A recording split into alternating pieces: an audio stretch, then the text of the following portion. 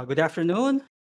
Please open your Bibles and turn to the last chapter of Genesis, chapter 50. We will be reading verses 15 to 21. One or another ancient Greek philosopher whose name was Epictetus. Uh, he lived in the second century and he was known for his writing about providence. So you see a Greek philosopher writing about providence, which is a topic that we have studied, I guess, many times in the book of Genesis. In his book, he mentioned that when we speak of providence in his work called Discourses, when we speak of providence, we're talking about all things having a purpose. For example, animals were created by God. Some animals were created for the purpose of being eaten. Some animals were created to produce probably milk or some stuff that can be useful to human beings. So you see, the thing here is that they believe in providence. They believe that creation have a purpose or has a purpose. Many philosophers thought that way. They believed in providence. However, specifically with Epictetus, he believed in a god and he believes in Zeus. But see, while they believe in providence, they believe that such activity can come from someone other than the one true God, right? Now, in Christian providence, in our understanding of providence according to scriptures, we do understand that indeed creation has a purpose. That's true. That there are things, in fact, that we can control, we can respond to certain things.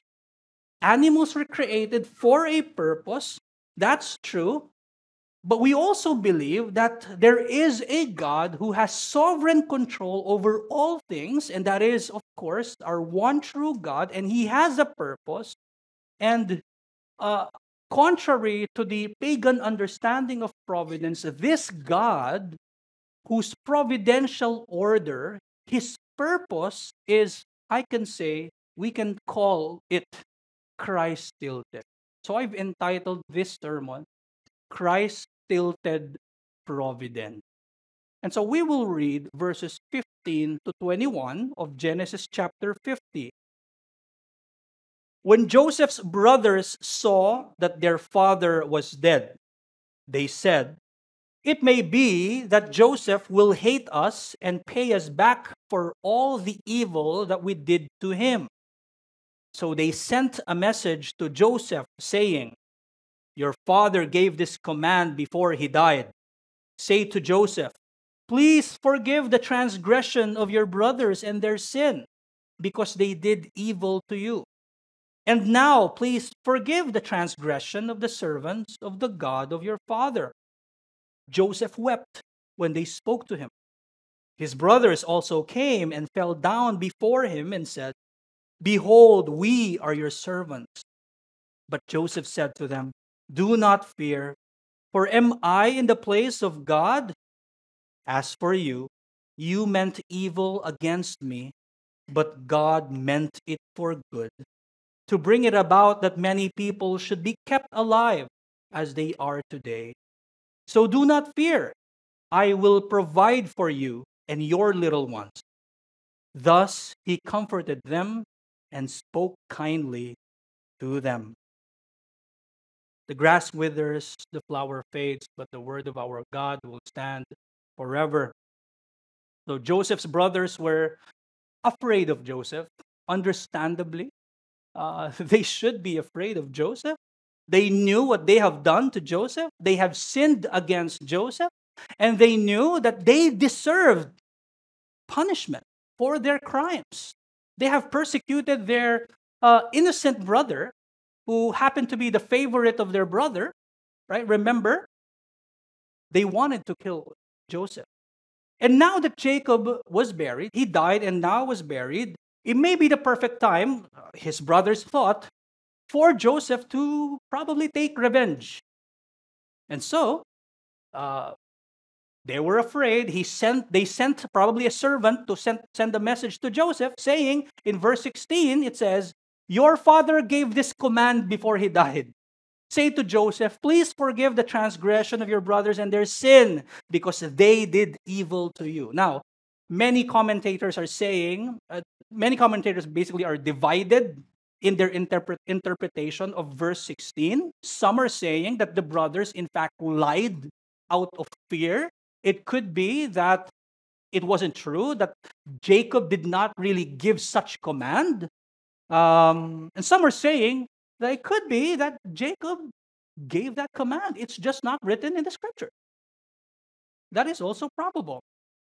But regardless, the point here is that the brothers showed repentance for their sin. And Joseph extended forgiveness toward them. And we can go back to Genesis chapter 45 when they first saw Joseph, that they thought that this was the man in position, the second in command in the whole of Egypt, and then it turned out to be Joseph. And when they saw his face, remember the reaction, the response of the brothers, they were afraid. And the same message was communicated by Joseph in the same chapter, chapter 45. Do not fear, for you sold me here, but someone else sent me here. Right? If you remember that chapter, chapter 45. But you see, there was there are signs of repentance. And specifically in this chapter, according to many commentators as well. And so Joseph here extends forgiveness by saying, do not fear. And he in fact says that twice in this passage. Do not fear, do not fear. And the reason for them to not fear is explained to us in verse 20. According to verse 20, this is the reason, my brothers, why you should not be afraid. As for you, you meant evil against me, but God meant it for good, to bring it about that many people should be kept alive as they are today. Now, Joseph was not saying, or what you did was in fact great. Good job. Because of what you did, I'm here. No, he's not saying that. He's in fact acknowledging the evil that they've done. He's in fact acknowledging what you did was in fact evil. It's not in fact good. The good came from God. The evil came from you, my brother. And yet we can see the disposition of heart of Joseph, that he was ready to forgive his brother. And he, in fact, extended such forgiveness by comforting them. Do not fear. Do not fear. Here's what you did, and here's what God did. That's why you shouldn't be afraid, Joseph said. You did something evil, but God used that evil for good. What was the good? According to Joseph here, that it saved many people from the severe famine in Canaan. Because they sold Joseph. Joseph providentially was sold to Potiphar, and then he was wrongly accused. He was put into prison, and from there, providentially, he now had a contact with the Pharaoh, because he was able to interpret a dream, and now a servant of the Pharaoh remembered Joseph, and so Pharaoh called Joseph, and Joseph was able to interpret Pharaoh's dream. That was providence. Because of that, because of the wisdom that God has imparted to Joseph, Joseph was able to manage the goods, the food rather, in the entire Egypt, so that Egypt will not be affected by the severe famine. In fact, many of the people who resided in Canaan went to Egypt to get food, and that led to Egypt becoming a richer nation. Because of the evil that you've done, God used that evil for good. And the good is that you guys are here, you guys are saved, you guys can eat. You guys are not there in Canaan, suffering from severe famine. You guys are here. Don't be afraid, Joseph is saying. Let us be clear. The brothers hated Joseph, persecuted Joseph, sold him to traders, led him to being sold to Potiphar. He was accused wrongly there, and events happened that in that prison led him to interpreting again the dreams of Pharaoh, and then he got promoted to the position where he was in Egypt. And because of Joseph, Egypt got rich. Jacob's family got saved from dying from hunger. That's the salvation that this text was talking about. That was the good. The evil was trying to murder Joseph. The evil was putting Joseph in the pit. And while he was there, he was pleading to his brothers, and they were feasting, they were eating. Remember? That was the evil. But God used it for Joseph to be placed in a higher position that would, in fact, save his brother.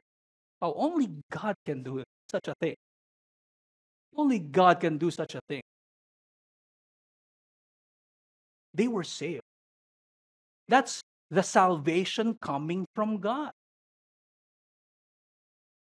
But we shouldn't stop there. Right? Brethren, there is a greater salvation that comes from this event.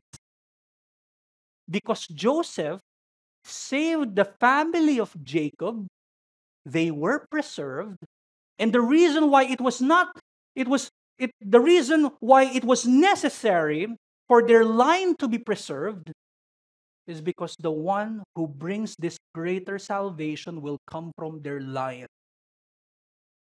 The salvation is greater because it is not a salvation from physical famine, rather from spiritual. Those who have no life in them because of sin, because of guilt, are saved by faith in this one whose name was Jesus Christ, who came from the line of Jacob. And so we can then say that while the brothers hated Joseph, and they really meant evil, they want to kill Joseph, God used that for Joseph's good. God used that, and listen, God used that for the brothers' good. Right? The brothers hated Joseph. They meant it for evil, and yet the very evil thing that they did, in fact, saved them. It's not their doing, it's God's doing. God used it for their good, for Egypt's good. That's why when you read such texts, you should be reminded of Genesis 12, when God made his promise to Abraham. When God told Abraham, through you, all families of the earth will be blessed. What happened in Joseph's time was a fulfillment of that. We're talking about families beyond Abraham's family, that is Egypt. And they too were blessed. They became rich because of God working in the life of Joseph and his family. But it's not just that. We can say that while the brothers, again, we have to go back. The brothers meant it for evil. God used it for the good of those, ultimately, for those who have faith in Jesus Christ. God used the Joseph event, the life of Joseph. God used what the brothers of Joseph did to Joseph. We can say that, so that Christ would come from Israel and Christ would die for sin. This is what you call providence. This is the Christian providence we're referring to. It's God being in control. The mind of God when Joseph was inside the pit was for the entire Israel to be preserved in Egypt and grow from there and become one people of God. And then God will make His wonders through the life of the entire nation of Egypt. And from this nation will come the Savior of many. And that is Christ. That is the providence of God. Yes, we can say that because his brothers meant it for evil, they wanted to kill Joseph, they put him in the pit. Yes, we can say that God used that to save Egypt, to save Canaan during that time, to save Jacob's family. But ultimately, God used it so that Christ would come from the line of Israel. So you and I will be saved, and we should not limit ourselves when we think of the providence of God. When we speak of the providence of God, it points to a direction. It points to one direction. The providence of God is not arbitrary and does God just control things. No, it has a purpose. And the providence of God is not like the understanding of what we call deism. Deism is an understanding that when God created all things, He left it. Parang iniwan niya, okay, bahala na kayo. No.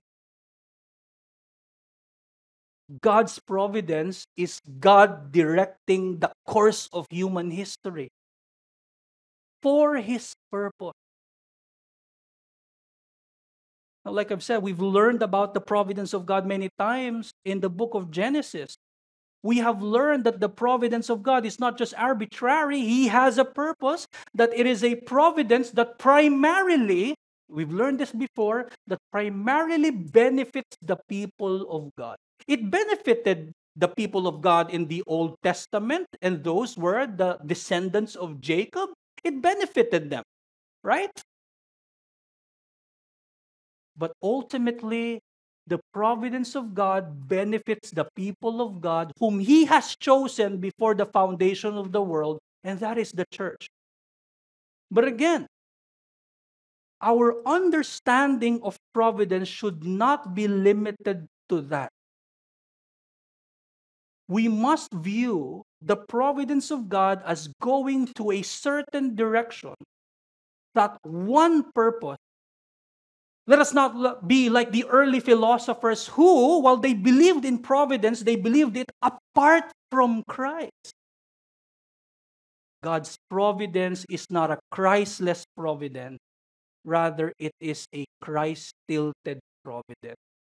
And that is my message this afternoon. The providence of God is beneficial to us only because it is Christ-tilted.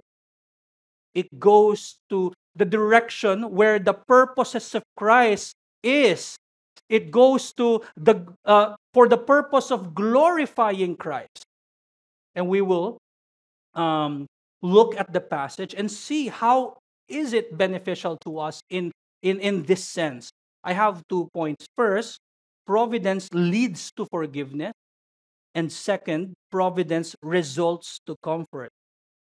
First, providence leads to forgiveness, and second, providence results to comfort.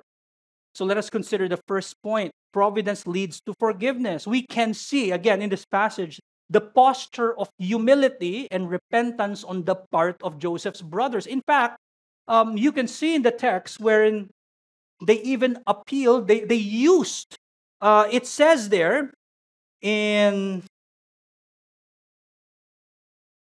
they were weeping, and it says there that according to verse 17, say to Joseph, please forgive the transgression of your brothers and their sin. And now please forgive the transgression. And then they used these words. Please forgive the transgression of the servants of the God of your father.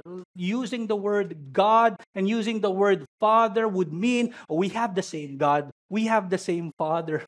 Patawarin mo na kami. Ganun ang dating. In a sense, we can see the posture of humility coming from the brothers. But on the other hand, we can also see Joseph's disposition. He was reassuring his brothers, right? He even said that he will provide for them. He will provide for their children. But remember, that Joseph has already forgiven them. And again, we can see that in Genesis chapter 45 when Joseph said, "Do not fear because you sold me here. It is not you who sent me here, but God." He said that in Genesis chapter 45. So Joseph has forgiven his brothers already. But during this time, but during the time of Genesis 45, there wasn't a formal asking for forgiveness. Remember, during that time, nagulat lang yung brothers na, si Joseph pala to. At natakot sila. During that time, it wasn't formal. They didn't really ask for forgiveness. But this time, they did. We can look at this as them formally asking for forgiveness.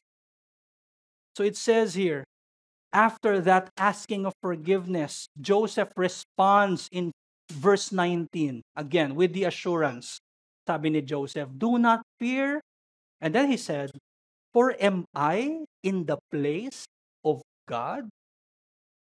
For am I in the place of God, Joseph said. He's saying, am I like God? Am I the judge? Am I the justifier? Meaning, am I the one who will justify you and would declare that I will forget your sins, that you will be accepted? Am I the one who can ultimately forgive your sins? Am I the one who can blot out your sins, brothers? That's basically what he's saying here. Now, we have to be clear. Yes, Joseph has forgiven his brothers, but Joseph was not the one who can cleanse their conscience. That's why he's saying, Ako ba? Ako ba yung Diyos na kayang magtanggal ng mga kasalanan niyo? Oh yes, ay pinapatawad ko kayo. But I cannot give the same kind of forgiveness that God alone can give. Am I in the place of God? He's not the one who can wash them and purify them. He's not the one who can save them. He's not the one who can direct their lives in a way that would benefit them. Because Joseph was not in the place of God. That's why he said in verse 20, "As for you," so see, he's saying, it's not me, it was God. Verse 20, "As for you, you meant evil against me, but God meant it for good." Joseph was telling them that God was able to overcome the evil they've done. It wasn't me, brothers, who was able to overcome such evil. It was God. You meant evil against me. You've sinned against me. You've sinned against God. But God used that same event, same situation for your good. They desired death for Joseph. Yet God used that same event to bring Joseph to Egypt to save many families, especially them. The very act that almost killed Joseph saved them. That's an irony. This is not an encouragement to do something bad. This is a picture of what God can do despite the evil, despite the existence of evil. And Joseph was also saying here, he's making a comparison, right? You meant it for evil, but God meant it for good. There was a comparison here. It's not the human agency that can accomplish what the brothers now are receiving. You're receiving mercy. You're receiving grace, in fact. You're being fed. Your children are being fed. It is not you who accomplished this because what you meant this for evil. The one who meant it for good is God. It is God alone who can provide food in the time of famine, and that's what God did to Joseph and his family and his brothers. But most importantly, God alone is the one who can provide forgiveness. It's not even Joseph. Yes, again, I want to clarify, he can forgive the sins of his brothers, but that's because he himself received the same kind of forgiveness from his God. Ultimately, the one who will judge his brothers for their sins is not Joseph, but God. The one who will justify them The judge who will declare to them, you're not guilty anymore. You're not condemned anymore. It's not Joseph. He's not in the place of God. The one who will justify the brothers and remove the condemnation is God alone. What they did was sin, and they can't overcome the evil that they did. But what God did was to overcome that evil with good. And how did God overcome the evil they've done? Again, God used that same event to bring Israel into Egypt, preserve them there despite the persecution, to let them know that God was with them, and then get them out of Egypt in a miraculous way, parting of the Red Sea. Israel became known to many nations. Israel became known as a nation who has a God who helps them. And then when they got out of Egypt, they carried with them many possessions. They became, in fact, a rich nation. God made wonders with these people. They were known throughout the world so that they know who God is, and so that they could trust God. God did those things to them because God will use them to give birth to Christ, whose death on the cross was accepted by God and whose resurrection from the dead brings hope to mankind. And if we believe in Christ, we can be forgiven of our sins. That is a picture of the providence of God that is Christ-tilted. It all points to God's purpose of bringing Christ, to God's purpose of Christ dying. God used the Israelites to bring forth a baby who will die after 33 years for the sins of many. This is the Christ-tiltedness of the providence of God, that even the evil that Joseph's brothers did, we can say, led to Christ's birth, death, and resurrection, and the forgiveness of our sins. Providence leads to forgiveness.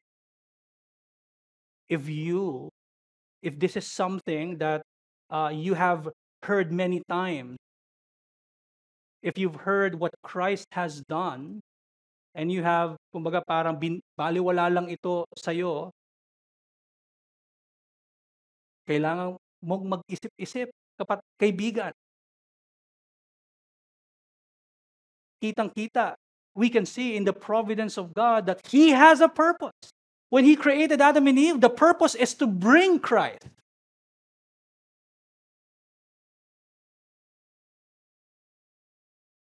It was Richard Barcelos who said that creation is sun-tilted. If creation was sun-tilted, son of God, meaning redemption and providence also are sun-tilted. That's why we read of Colossians chapter 1, verses 16 to 17. All things were created by Christ, all things were created in heaven and on earth, visible and invisible, whether thrones or dominions or rulers or authorities, all things were created through Christ and for Christ. Creation is for Christ. Providence is for Christ. They all point to that direction.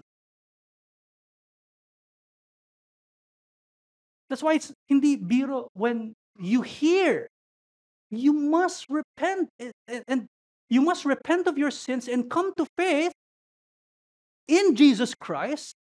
For in Christ all things were created through Him and for Him.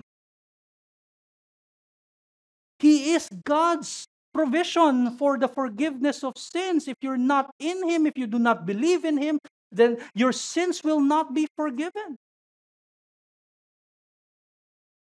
Now, if you are in Jesus Christ, let me remind you that the reason why the providence of God benefits His people, because the providence of God led us to Christ, led us to believing Christ's death, which resulted in the forgiveness of our sins. And it is not your own doing.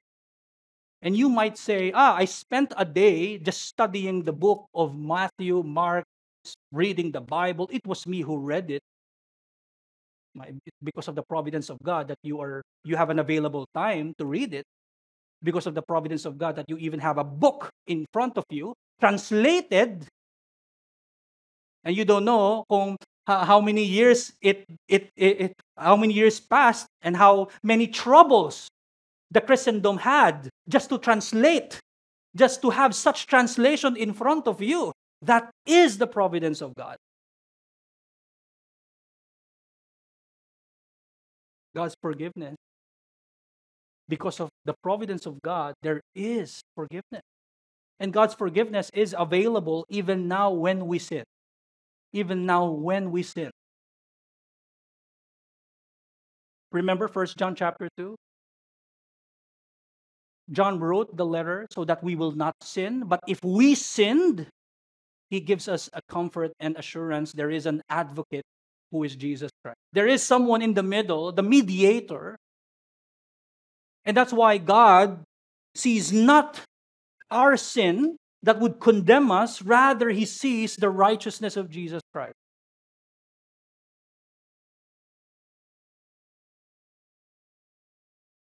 The providence of God led to the forgiveness of our sin. We meant it for evil, God meant it for good. You know, we're very familiar with a quote from Jonathan Edwards, right? Because you contribute nothing to your salvation except the sin that made it necessary. So we can say that to the brothers of Joseph. Oh, they have a contribution, right? And that's their sin. Brothers and sisters, we have been, so when we speak of forgiveness, we have been judicially forgiven by the judge. Judicially. And because of his judicious forgiveness, yung judicious, ibig sabihin, we're not condemned anymore in his eyes. But it doesn't mean that we will not have remaining sins. We do have remaining sins. And because we have, that's why Jesus Christ told us in Matthew chapter 6, when he was instructing us to pray, Christ says, Lord, forgive us of our debt, or forgive us of our sin. We are instructed by the Lord Jesus Christ to ask for forgiveness because of our sins. Aren't we forgiven already? Yes, judicially. But because we have remaining sins, we still have to ask for forgiveness. Our sins do not annul what Christ has done. Our sins will not condemn us anymore. However, our remaining sins may affect our fellowship with God. Because of our sins, we may be hindered coming to worship. Because of our sins, we may be hindered praying to God. We may be hindered reading our own Bibles. That affects our fellowship with God, but it doesn't affect our unity with Christ. We still are saved. Sin is what we do, but God is able to overcome evil for us in Jesus Christ. God's providence led to the forgiveness of sins, and such forgiveness is always available to us. And that is my challenge to you and I. Turn always to God's forgiveness in Christ. Turn always to God's forgiveness in Jesus Christ.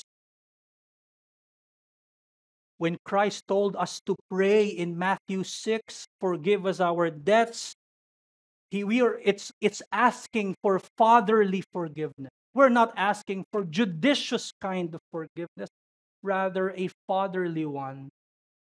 We are already in his household. You know, when a kid says sorry to his or her parent, in that same way. Hindi ka nawala sa pamilya, pero nakaapekto sa fellowship ninyong mag-ama.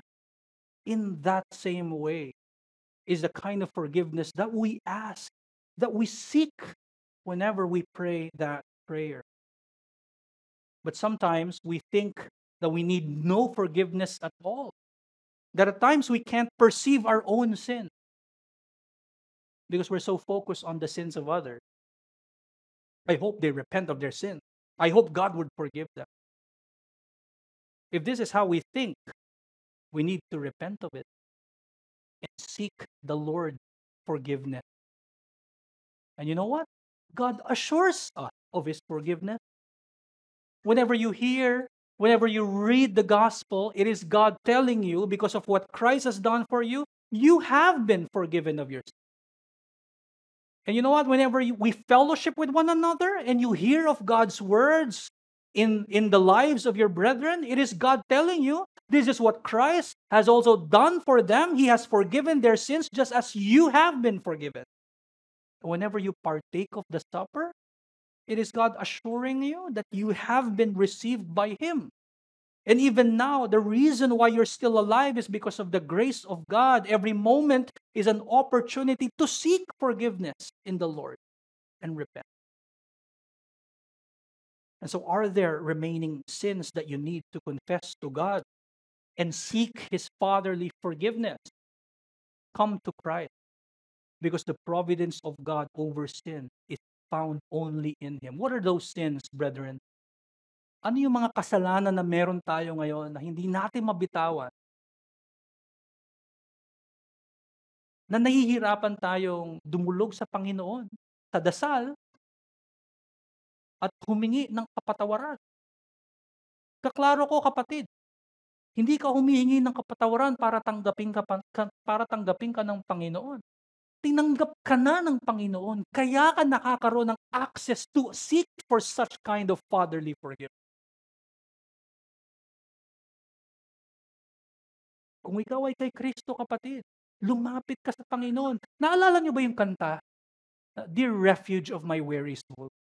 Do you remember that line where it says, the mercy seat is open still, right? It's a picture of the old covenant wherein a high priest would in 1 year, by the way, and sorry, in 1 day of a year, he is allowed, the high priest alone is allowed to enter the Holy of Holies, to go to the mercy seat and sprinkle blood.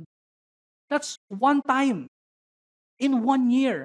And only one person can enter there, right? To seek forgiveness from God so that the Israelites would still be able to remain in the land. But in Christ, the mercy seat is open still. It's pointing to that old covenant ritual.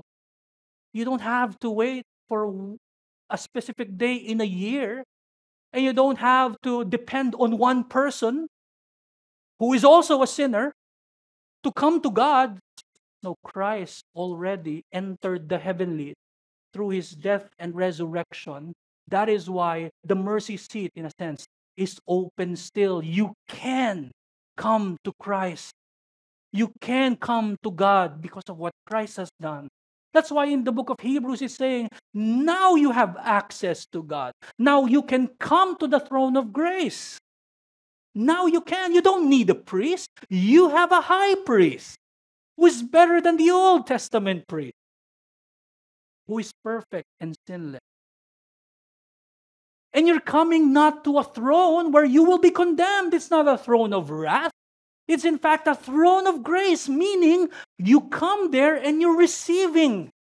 You're receiving forgiveness. You're receiving blessings from God. It is a throne of grace.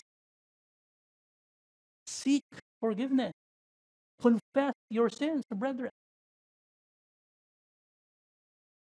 You ought to, because you have been saved by the Lord.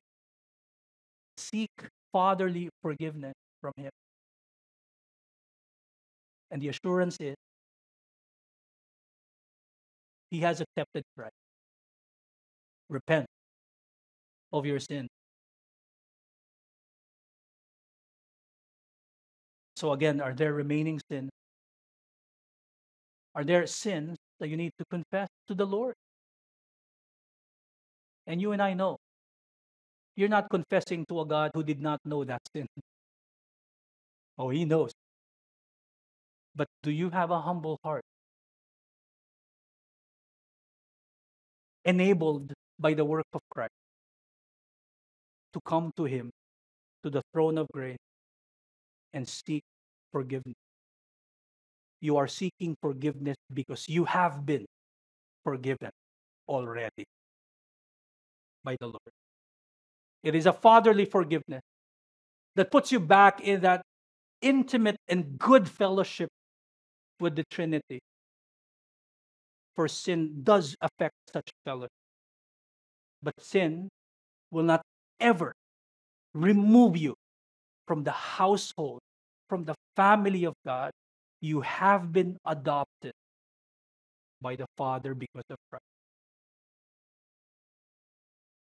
And so we can see in our text that the providence of God did not just lead to forgiveness, but also to a right disposition of the heart. There is a call, there is a command made here by Joseph, and we will focus on that in our second point. Providence results to comfort. We can read again twice in this passage the admonition of Joseph. Do not fear. Do not fear. First, do not fear. Am I in the place of God? Am I the one who's going to give you that kind of forgiveness that really your souls need more than the forgiveness that I can give? And then in verse 21, he repeats that and says, do not fear. I will provide for you and your little one. Twice in this passage, do not fear. And again, the ground, the basis for not fearing is the providence of God. Brothers, do not fear. Because while you meant what you did for evil, God meant it for good. That is the reason why the brothers should not fear. This is what you want to do, but this is what God wanted to do. And this is the irony of what happened. His brothers again wanted to kill Joseph, and God used that to save them. God brought good to what was evil. Again, to clarify, he did not declare that what they've done is good. No, it's still evil. God just used that evil to accomplish his good purpose. And ultimately, we know of his good purpose because God's goodness is ultimately found in the person and work of Jesus Christ. And there we find the fulfillment of all irony. We see a lot of irony in the scripture. You probably read Esther, Haman wanted to kill Mordecai, nagpatayo siya ng kung saan pwede niya isabit si Mordecai, and then it ended up him hanging in that same tree. And we see the fulfillment of all irony when Satan, who, as scriptures say, entered Judas Iscariot to devise a plan of killing Christ, not knowing that Christ's very death would be Satan's demise. And because of Christ's death, everything bad, and I would say, if there's something bad that can happen, yung nangyari kay Christ is, I would say, number one of the worst thing. Why? Because he did not do anything bad. He did not do anything sinful.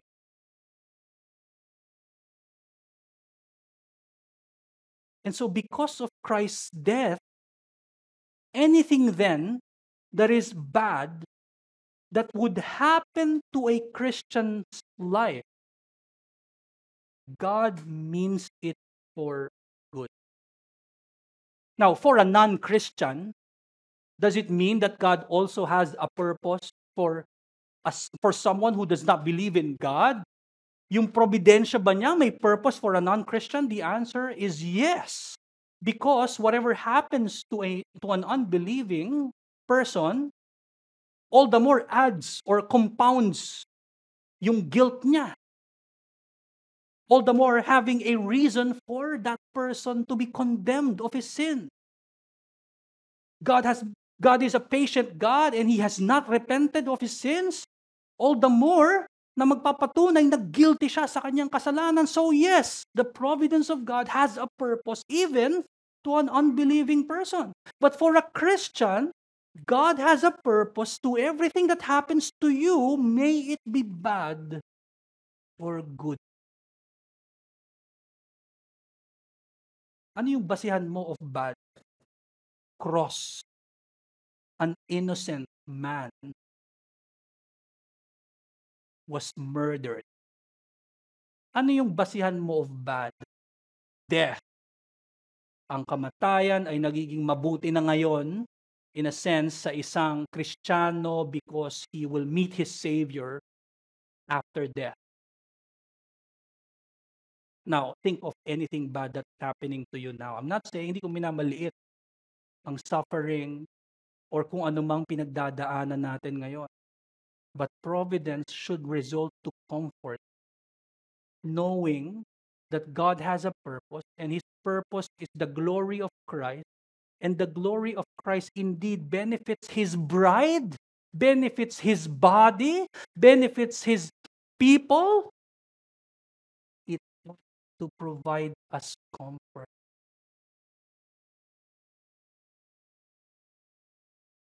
If you have your Bibles with you, go to Romans chapter 8.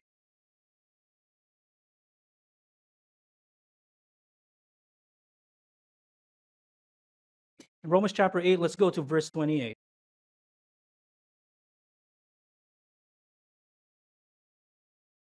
Now, because the greatest irony that happened in Christ on the cross, therefore, whatever bad that happens to a believer of Christ, whether it be bad or even good, God means it for our good, according to verse 28. It says, we know that for those who love God, is speaking of believers, all things, we know also that all things here are both bad and good, worse or best.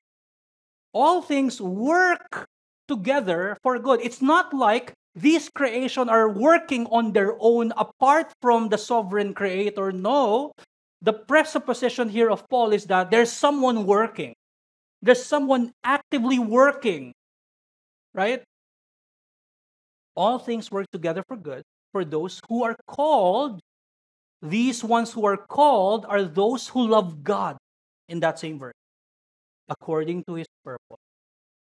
Now, you have to go to verses 29 to 30, right? Verse 29 to 30 says, for those whom He foreknew, He also predestined to be conformed to the image of His Son, in order that He might be the firstborn among many brothers. And those whom He predestined, He also called. And those whom He called, He also justified. And those whom He justified, He also glorified. Some call this as the golden chain of redemption. You have to look at it as if it's like a chain. Predestined, called, justified, glorified, right? If you're studying the doctrine of salvation, you would say, oh, there are a lot of things missing there. Yes, but clearly Paul specifically just put these four, I would say five, because there's sanctification there that it says to be conformed to the image of the Son, right? But you look at it, you have to look at it that way. Those who are in Christ, those who love God, those who are called according to His purpose, were what? Predestined, chosen before the foundation of the world, and those in history, they will be called, they will hear the gospel, meaning they have been chosen before God created the world, and then you were born, and then it so happens that you heard the gospel from a preacher, and that's not an accident. That's the providence of God. And you have received that word, you've understood that word, and it so happens also that the preacher whom you heard that gospel from was also trained by another teacher who's also or living in the Philippines or in the same country. Nakita mo yung providensya ng Panginoon, right? That at that point, at that same place, at that event, you heard the gospel. And you could have been in a different place, but you were there. It's the providence of God. You were called. And then, because you were called, God justifies you. And before you reach the glorification, there will be many hardships that will happen to you. And yet, all things will work together for glorification. All things will work together so that you will go to the next point. Pupunta ka doon sa susunod. After you were justified, you are surely be glorified because whatever happens to you, all these things will work together. And you may mean it evil, and some people will, kumbaga, paparanas na sa'yo yung hardship, and they will mean evil, but all things that work together, God means it for your good, so that you will be conformed to the image of His Son, and ultimately will be glorified. That is why Paul here speaks of glorification as in a past tense, because it will surely happen. Yes, you will encounter bad things, but they will work together surely for the good. If you have been chosen by God, the providence of God will work in such a way that you will surely hear the gospel and that you will repent and that you will believe in Jesus Christ and you will be called and you will be justified. And again, God's providence will work in such a way that things you experience will be used for your sanctification so that you will surely be glorified. Again, this is the Christ-tiltedness of the providence of God. That all the events of our lives are going to one direction, and the end of all that is the glory of Christ. We should not stop at understanding the providence of God as beneficial to us, although that is true. That when you are encountering hardships, you are indeed being sanctified by the Lord. But remember what sanctification does to you. It conforms you to Christ. It tilts, it points to Christ alone. That is the purpose. It is for the glory of our Lord and Savior Jesus Christ. See, God has so much control in this world that whatever happens to this world, may there be war, may there be calamities, or whatever worldwide known catastrophe, it's still going in one direction. If the world is showing all the more the effects of the curse, right? That is God being patient as He awaits for those who repent. Even that points to His purpose. But that is a macro view of providence. Let us go back to the microscopic view of it. Everything that we encounter, everything that we do, and at times we meant it for evil, everything that happens to us, God will accomplish His purpose in us, and He meant it for good. And that purpose is the glory of Christ. According to R.C. Sproul, and you've probably heard this before, he said, if there is one single molecule in this universe running around loose, totally free of God's sovereignty, then we have no guarantee that a single promise of God will ever be fulfilled. End quote. He's in control. And He has a purpose. It's one thing to say that He's in control, but He doesn't have a purpose. I think most Stoic philosophers are like that, but not those who believe in the one true God who has a purpose, and that is for the glory of His Son. God created the heavens and the earth to become the stage of the story of redemption, for Christ to come and save His bride. God tested Adam in the garden, even permitting sin in the garden, even permitting sin to enter the world. Adam meant it for evil, God meant it for good. That we would see the greatness of Christ over the first Adam. God called Abraham and promised to him descendants and a land, even permitting them many times to sin against Him. Israel meant it for evil, God meant it for good. That we would see God's great hand in His mighty works over Israel and bring Christ into the world from their line. God called the church, and despite the church's remaining sins, and yes, the people of God, when we sin, we mean it for evil, but God means it for good, that we would be conformed to our Savior, Jesus Christ. The creation of God is Christ-tilted. The providence of God is Christ-tilted. And if this is the kind of world we live in, if this is the God we worship, let us go back to Joseph's admonition to his brothers, which definitely applies to all of us. Do not fear. Sabi nga ni Spurgeon, ang sovereignty ni God at ang providensya ng Panginoon para siyang malambot na unan. It should give you comfort at a time when you worry about a lot of things. Whatever happens to you, may it be bad, may it be good, it is for your good if you are in Christ. Let me give this warning to those who are not in Christ. If something bad happens to you, it is bad. It is bad.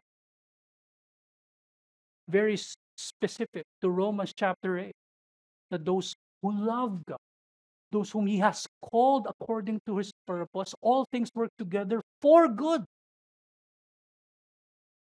So if you're not in Christ, repent now of your sins and come to faith in Him. And to my brethren, let me ask you, is your patience being tested because of what's happening to you? Because of your problems at home, problems at work, or even in the church? May sanctification bang nangyayari because of your problems? Do you see other people getting more recognition while you struggle with hardship and almost poverty? And at times you struggle with the sin of envy? Do you have more material blessings? And is there a struggle with the sin of greed? Every situation you are in, you must see the Christ-tiltedness of that providence, because God uses these events, these problems, and these situations for your sanctification. And what does sanctification do? Again, it conforms you to Jesus Christ. According to Herman Bavinck, he says, providence is God's fatherly care. And so again, why worry? Why do we fear? So lastly, I mentioned in my introduction Epictetus, who was a Greek philosopher. And in this discourse, he mentioned that the proper response of human beings in the providential order is first to identify what you have, what you can control, and identify what you cannot control. This view would be known at a later time as Stoicism, but Stoicism is a really is heavy topic. There's more to it, but it's just that in a nutshell, basically. There are things you cannot control, and there are things you can control, like your emotions, like motivation, how you respond to events. These things are, in a sense, working together, and it's up to you to respond to them. You focus only on whatever you can control. That for Epictetus, Zeus has given us the faculties to respond to difficulties, has given us the faculties to restrain from being angry. God has given us the faculties to deal with it, and that we can reason with ourselves and try to be a better person. Yun daw yung response natin sa mga probidensya na nangyayari sa ating kapaligiran. Well, we know that we're all sinners and we will respond with sin at all times. We understand the providence of God as having a purpose. We don't understand, and we shouldn't view providence in that way, because the providence of God has a purpose, and its purpose is pointing to the glory of Christ. Remember, God moves in mysterious ways. Ang sabi dun sa kanta, behind a frowning providence, He hides a smiling face. At times, it seems bad, but there is a smiling face behind it. And so, are you caught in such a frowning providence? Does it look bad? Are you persecuted by people who meant it for evil? Are you going through a tough time of suffering? May this assurance comfort you. God meant it for good. He sent His Son so that your bad situation becomes a help in your sanctification. God sent His Son so that your suffering would be a privilege for you to be a partaker of Christ's suffering. God sent His Son so that even your death becomes your entrance into an eternity of complete and ascending joy. My brethren, take comfort that God works all things together for good because of the cross of Christ. May the word of God enrich our knowledge of Him. It may stir us to live in light of His truth. Let us pray. Our most high God and Heavenly Father, we are thankful for your grace and mercy in our lives. We thank you, O Lord, that you have a purpose, that you work all things together for good, that there is assurance of the good because of the greatest good that you have done on the cross of Christ. In that cross, you have forgiven us. In that cross, you have removed our guilt and condemnation. In that cross, O Lord, you have united us to Christ. May this be our comfort, O Lord. Whatever's happening to us, it is for our good. Lord, we thank you, and we thank you for the privilege of partaking of the Lord's Supper today. May we acknowledge and understand that this is also part of your providence, that apart from Christ, we will not be able to have such familial relationship in the church, that we, as a family of God, are invited to one table. So again, thank you. We praise you in Christ's name. Amen.